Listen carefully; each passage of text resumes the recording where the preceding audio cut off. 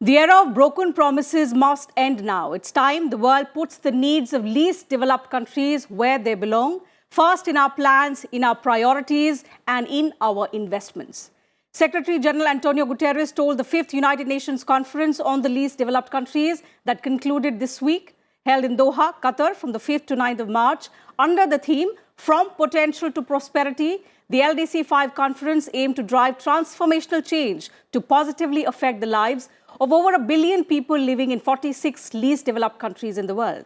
Over 9,000 participants, including 46 heads of state and government, nearly 200 ministers and vice ministers, business leaders, members of the civil society, youth and other development partners participated in the conference, calling for urgent support from developed countries to advance socio-economic and environmental development in the LDCs. So what was the most significant outcome of the once-in-a-decade conference? What kind of action is needed to harness the untapped potential and chart a prosperous future for the LDCs, which are home to 14% of the world's population? That's the global debate.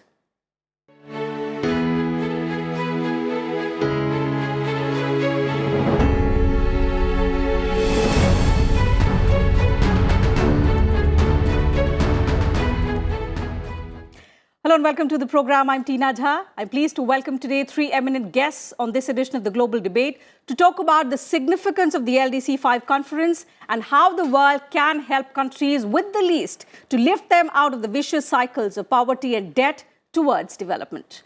So delighted to have with us on the program Ms. Elizabeth Faure, Country Representative, United Nations World Food Programme, India. Dr. Cecilia Tortajada, Professor in Practice, Environmental Innovation School of Interdisciplinary Studies, University of Glasgow, and Dr. Sanjeev Mehta, Professor of Economics, Royal Thimphu College, Bhutan. Thank you to all my guests for joining us on this edition of the Global Debate on Sansad TV. Dr. Cecilia, allow me to begin the program today with you. Over the last few years, there's been scarring effects of the pandemic on several countries. The world is reeling under the crisis of food, fuel, and fertilizer, exacerbated by the Russia-Ukraine war. There is soaring inflation, there is a debt crisis in the LDCs, and there is extreme weather conditions which several countries across the world are battling.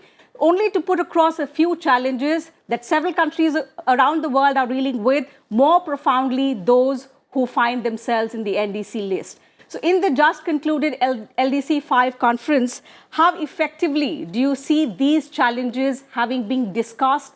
And do you see any concrete outcome towards addressing some of these basic challenges faced by the LDCs? I think that the meeting was very important, it's welcome, it's essential to discuss these problems and the challenges the countries are facing. Now, what do we do after this meeting? How do we address these situations? And there is investment is needed in health, education, social protection systems, as it was said. However, we have to start in all our countries by building capacity.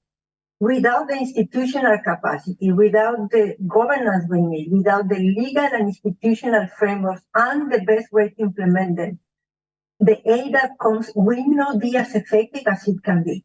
Because we live in a world that is very complex, and many situations are affecting all of us at the same time, from mega trends to specific situations such as the war in Ukraine and the COVID.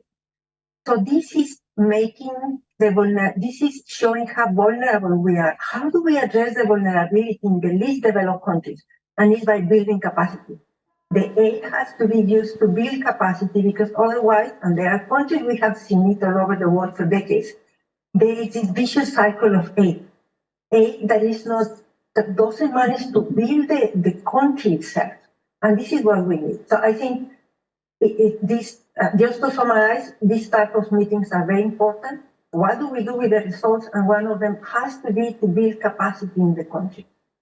Dr. Mehta, how do we move beyond just conferences and agreements? Because every now and then we keep hearing of several agreements, but when it comes to work on the ground, very less is done. And in the current situation where geopolitics has taken precedence over everything else in the world, how do you think this conference will bring back attention of the developed world towards the LDCs? Yeah, anything, this is an important initiative to at least bring to the table the major agenda of development, the challenges that LDCs are facing. Unless we have these conferences, the voices get drowned by that precedes the priorities of the countries and United Nations. So I think this is important that these agendas have been discussed. Now, how you translate these into reality, I think that is the challenge.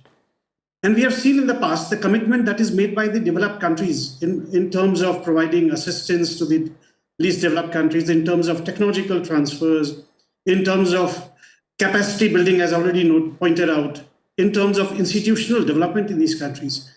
The gap is quite wide, and it has not been bridged because the commitment from the developed countries is limited, because their own priorities are determined by geopolitical situations. Their priorities are determined by internal politics. So there are many things which prevent these words into action. Conversion of the word into action is important. Absolutely. So first, I can talk from the Bhutan's perspective. I think that's very, very important. Sure. Dr. Mehta, I'll come back to that in just a moment. But before that, let me get in a word from Ms. Elizabeth also to understand the kind of situation that prevails in the LDC 5, particularly in the African region. So among the 46 LDCs, there are 33 in Africa. Ms. Elizabeth, the United Nations says among the many challenges that these countries face, they remain hotspots of chronic and acute food insecurity, with an average prevalence of chronic undernourishment of 22.1%, in some countries reaching more than 50%. How do you see the LDC 5 weighing in on this challenge? And I ask you this because it's a once-in-a-decade opportunity. Has that opportunity been capitalized? Thank you very much. So first of all, let me just say that this focus on least developed countries is absolutely critical to be able to make progress on the Sustainable Development Goals. And we know, as you just outlined, that the very most vulnerable people in the world are living in these developed countries. And at the United Nations, and in particular in the World Food Programme, where I work, we are committed to leaving no one behind. So it's that focus on the most vulnerable people. But just to set the scene a little bit, global hunger and malnutrition is on the rise, and it's been the first time in modern history that it's been on the rise, and it's extremely concerning. There are 349 million people across 79 countries that face acute food insecurity, and that's an increase of 200 million people compared to 3 or 4 years ago. And of this, 49 million people, we believe, are on the brink of famine in countries like Sudan and Yemen and Haiti and Burkina Faso and others as well. And life is getting harder and harder for people every single day, for these vulnerable people. So, of course, the focus of this conference is very important, but we are seeing humanitarian needs soar. We're seeing food security and malnutrition get worse. So definitely there has to be now a move to action. And I can outline a few points, a few recommendations that we are making from the World Food Programme side, if you wish. Yes, But please. would you like me to do that now? Or later? Yes. In fact, my next question was about how do we take it forward from there? So we are willing to talk. There is will, of course. Geopolitical scenario has its own limitations, and that's how it has changed the political discourse today. But the fact is, we need to take some kind of concrete action, and that too very swiftly. We need to bring back the Sustainable Development Goals within reach. So how do we do that? Ms. Elizabeth, yes. Are you asking me? Yes. So in terms of moving towards action, if you could point out some of the steps that are being taken. Okay, so there are 4 areas which are absolutely essential to move forward on. When there are humanitarian needs rising to this extent, we need to, with the humanitarian community is finding it hard to keep up. So more resources are needed. That means humanitarian dollars. But let me say that that's not enough. We need also to work in anticipation. It's very important. We're seeing thus our sector move increasingly towards preventing disasters and preparing for disasters. But that's a big challenge in a system, the humanitarian system that we have, which was designed to respond and not to prevent. So that's the first point, and therefore reform is required. But balancing those short-term needs with the longer term, we also see that the global food system is somewhat broken. When you have that many hungry people in the world, something is wrong. So the food system itself also needs to be strengthened from the entire beginning, from farm to fork, all the way through the system. And in that regard, many actors are making innovative steps in that direction. I would like to just point to the example from India, since I'm based in India. This year is the International Year of Millets, and millets is a crop that is climate smart, it doesn't require that many inputs and resources, and it's an incredibly nutritious food as well. So that's just one example. Absolutely. The So third point I wanted to steps make which is the do need not just for very indicate towards strong, progress, but robust development which is safety nets. sustainable. So I'll come back to understand more about the global, and since you've also worked in the African region, I'll come and understand from you specifically about how to make development more inclusive and sustainable in the African region, Ms. Elizabeth. But Dr. Mehta, Bhutan is due to exit the LDC category. So if you could help us and our viewers understand what are the thresholds where action has been taken, where there has been significant process, and how that is going to help the country in the times to come? I think looking from Bhutan's perspective, the graduation from LDC has actually happened because of the wise policies that Bhutan has pursued.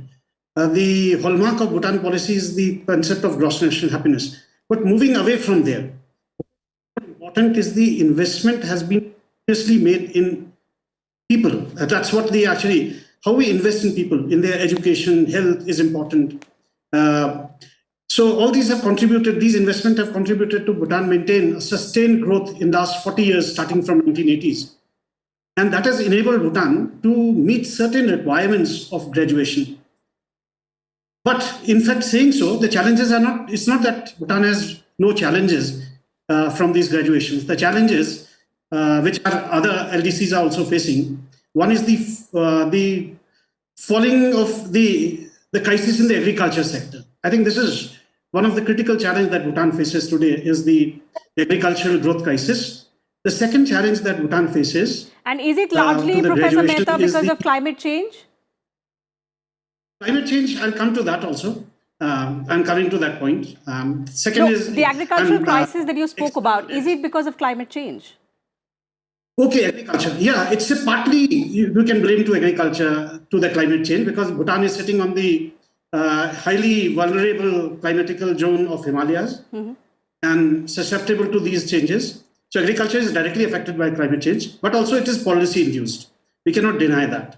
So it has to be addressed from these two fronts. The challenge of external debt, rising external debt and widening trade deficit is also the challenge which other countries which are graduating from LDC to the middle low income country status would also face. And this is what the challenge of actually the middle income country challenges that they can face will continue. Bhutan will continue to face that. And to address these challenges, I think the graduation is not that country has become self-reliant. It still would require assistance from developed countries. So there would be in terms of technical collaboration. Even if Bhutan exits from the LDC category, there will be implications both in the short term and in the long run. Is that what you're pointing towards? Because withdrawal of donors is one important challenge. As the country graduates from LDC to the low middle income country status, the gradual withdrawal of donor is imminent, and that would adversely affect the financial sustainability of the government or ability to provide health and education services. So far, it has been able to impart to the people without any cost, free completely. So these are the challenges that would face the Bhutan would face as it graduates. Let me come to the other aspect of climate change. Dr. Cecilia, the effects of climate change. And we're all aware how LDCs are the most vulnerable nations to agri-food systems risks, the uncertainty brought about by climate change. Water stresses is another problem.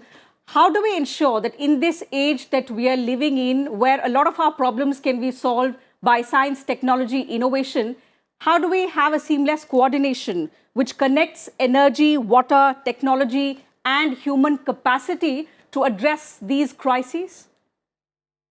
And this is exactly, you have been asking to all of us, what is it that is needed in the least developed countries and everywhere else for that matter, and it is a plan.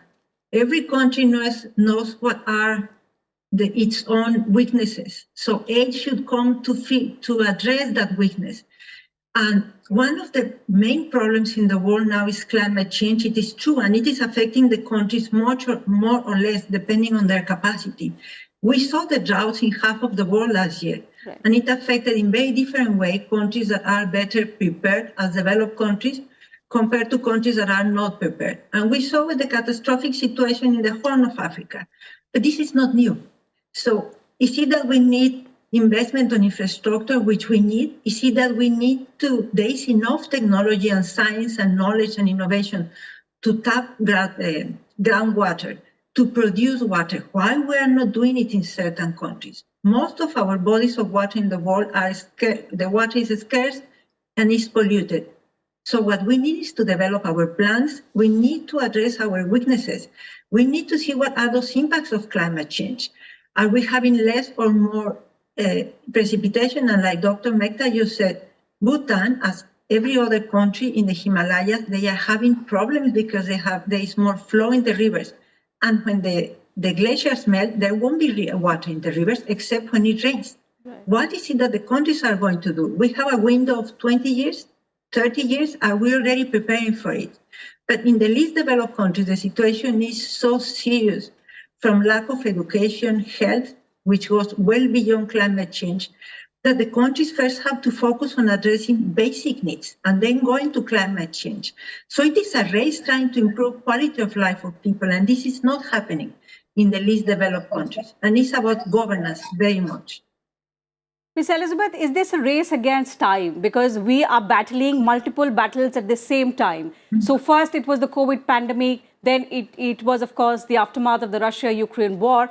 And we are continuously reeling with negative impacts of the climate change. So world over, there are extreme weather events. And now we have to build resilient systems to deal with all of these challenges at the same time. So going forth, challenges too many, but solutions, we seem to be facing dearth of solutions. And also because the Russia-Ukraine war has primarily taken away the attention from everything else. So towards building resilient food systems, what is the way forward? Let me start just by mentioning this very briefly. Dr. Cecilia, I'll come to you. That question is for Ms. Elizabeth.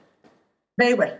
Okay, thank you so much. I wanted to come back on one point that you made about least developed countries in Africa.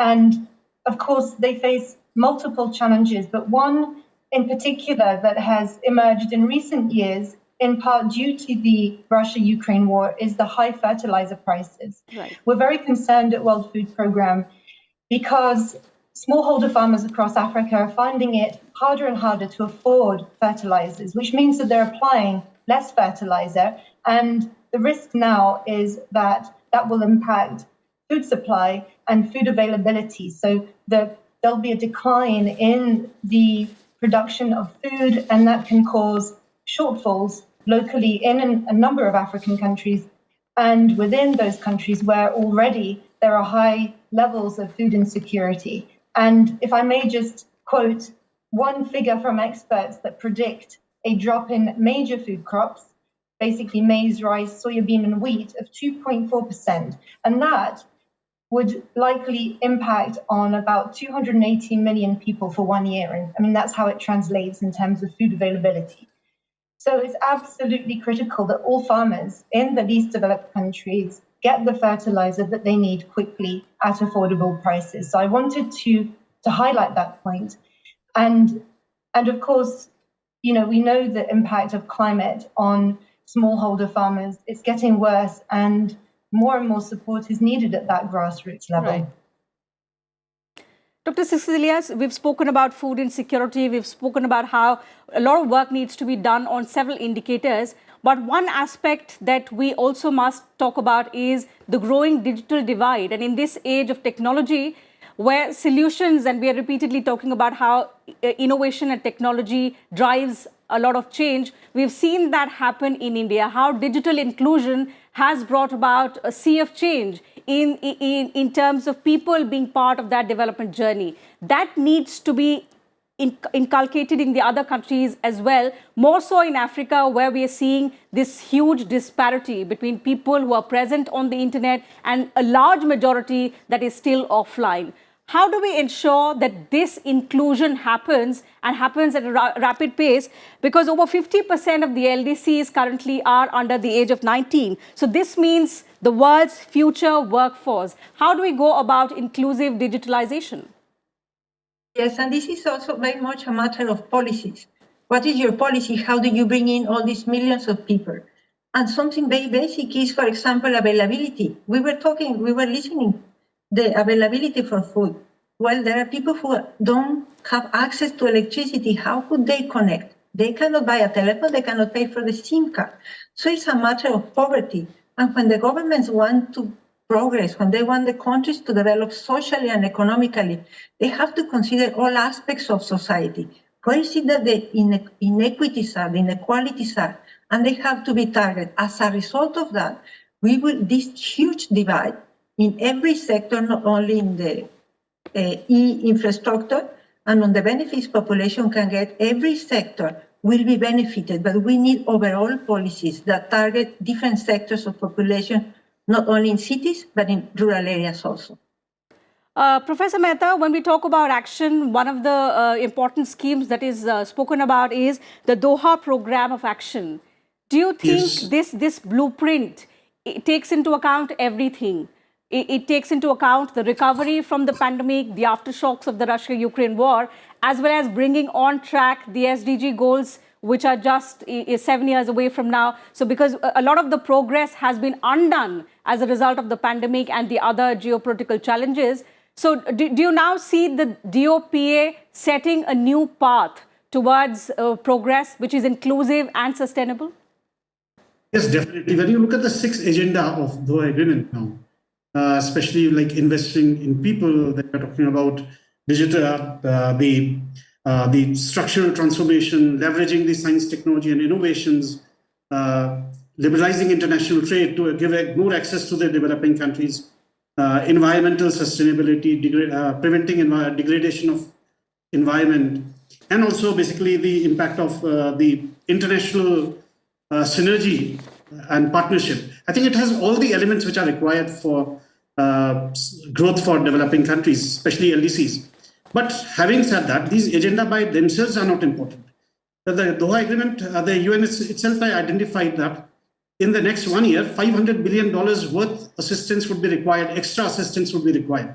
Where this is going to come from? This is the first question. The second, do the LDCs have capacity to use these funds effectively? Unless this happens, this whole agenda will not translate into realities. So first thing, the commitment has to be made by the developed countries to, or international agencies, to actually provide this extra $500 billion. The second would be to develop the capacities of developing countries or LDCs to set their priorities right and develop their capacity to ensure that the funds is used effectively and brings the desired results. Okay, let me take those 2 points to Dr. Cecilia. 2 important points, to achieve these deliverables, Dr. Cecilia, which the DoPA talks about, massive financing is going to be required. Where is it going to come from? Do you see that kind of commitment from the developed world? And the second aspect that Dr. Mehta speaks about is to ensure that it is directed towards areas where it matters the most. Yes, because if you remember, the developed countries made a commitment in terms of climate change, in terms of financial support. That hasn't happened yet. So there is already a backlog. COVID came, the invasion of Ukraine came. So the developed world is busy on so many things, including its own impacts of climate change. Are they looking now at the least developed countries, or are they looking at them less? And first, the idea is to address their own problems. That is one. It's very complex because now their own countries have so many constraints. And then second is, if the money, as it has been done before, is allocated to the countries, one should do a very serious analysis why this has not rendered the positive benefits it should have rendered. Because at the end, it's like a bucket with a hole. Is it going to the sector where it should go? If not, how can these policies, how can this governance be improved so that all these people all this population below certain age, as you mentioned, so they are benefited, get access to education and have access to a job that will contribute to a better country? Okay, Ms. Elizabeth, I'll take one last point from you. And this is again concerning food security, because that perhaps remains the biggest crisis in the LDCs. So investments will also be required going forth in agriculture. Agriculture will have to be made climate smart. And most importantly, there is need to modernize the agri-food sector. How do you see the developed countries coming in big in these areas, particularly in the LDCs and in Africa, as you earlier pointed out? Thank you. So one area that hasn't been raised so much yet in this debate, but that speaks to Sanjeev's point about capacity, the need to build capacity and strengthen capacity in least developed countries, is a tool that has proven to work well and that we could step up, and that's South-South and triangular cooperation. Because there's so much to be learned from. I'm looking at the case of India because, of course, I'm representative here in India. Yes. But India has made extraordinary advances and has made a big contribution through the National Food Security Act of 2013, which anchors these three large food-based safety nets: the targeted public distribution system, the midday meals, and the integrated child health and nutrition system. And combined, these are safety net programs that basically cover almost about 1 billion people. And so we've noticed that a number of least developed countries want to learn from India to see how they can build or strengthen safety net social protection systems that are food-based. And so this is one practical way, and it really builds solidarity between countries.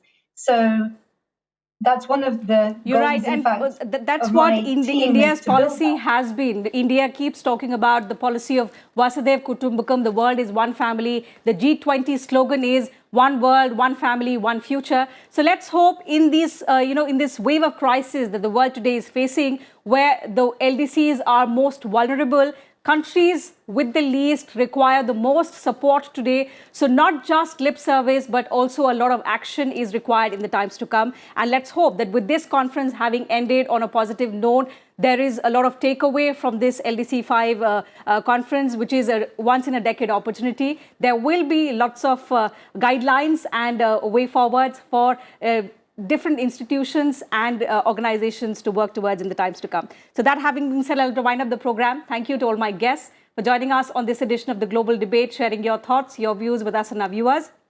And to you viewers, thank you very much for your time as well. I'll see you same time next week. Take good care of yourselves. Keep watching Sansad TV.